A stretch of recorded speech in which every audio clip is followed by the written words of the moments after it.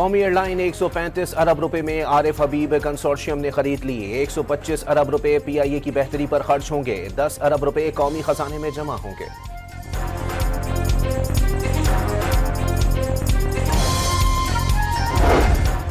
PIA के मुलाजमीन को 1 साल तक फारिग नहीं किया जा सकेगा। पेंशन और मराहत महफूज रहेंगी। निजकारी कमीशन से मंजूरी के बाद बोली की हतमी मंजूरी वफाकी काबीना देगी।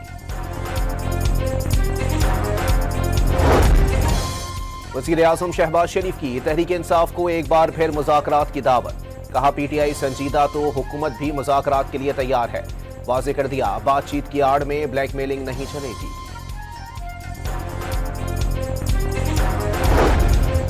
बानी PTI की बहनों से पुलिस के मुज़ाकरात कामयाब। अडियाला जेल के करीब फैक्ट्री नाके पर 6 घंटे से जारी धरना खत्म कर दिया।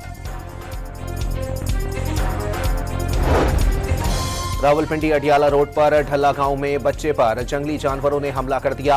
बच्चे के पेट और टांगों पर गहरे जख्म आए, अस्पताल मुंतकिल। कराची के इलाके कोरंगी में खेल के दौरान लड़की के गले पर दुपट्टा लिपट गया। 15 साला बिस्मा दम घुटने से जान बहक, लाश अस्पताल मुंतकिल कर दी गई। लाहौर में सेंट्रल एशिया के सबसे बड़े MMA इवेंट में पाकिस्तान की फतह। इस्माइल खान ने पहले ही राउंड में किर्गिस्तान के खिलाड़ी को हरा दिया।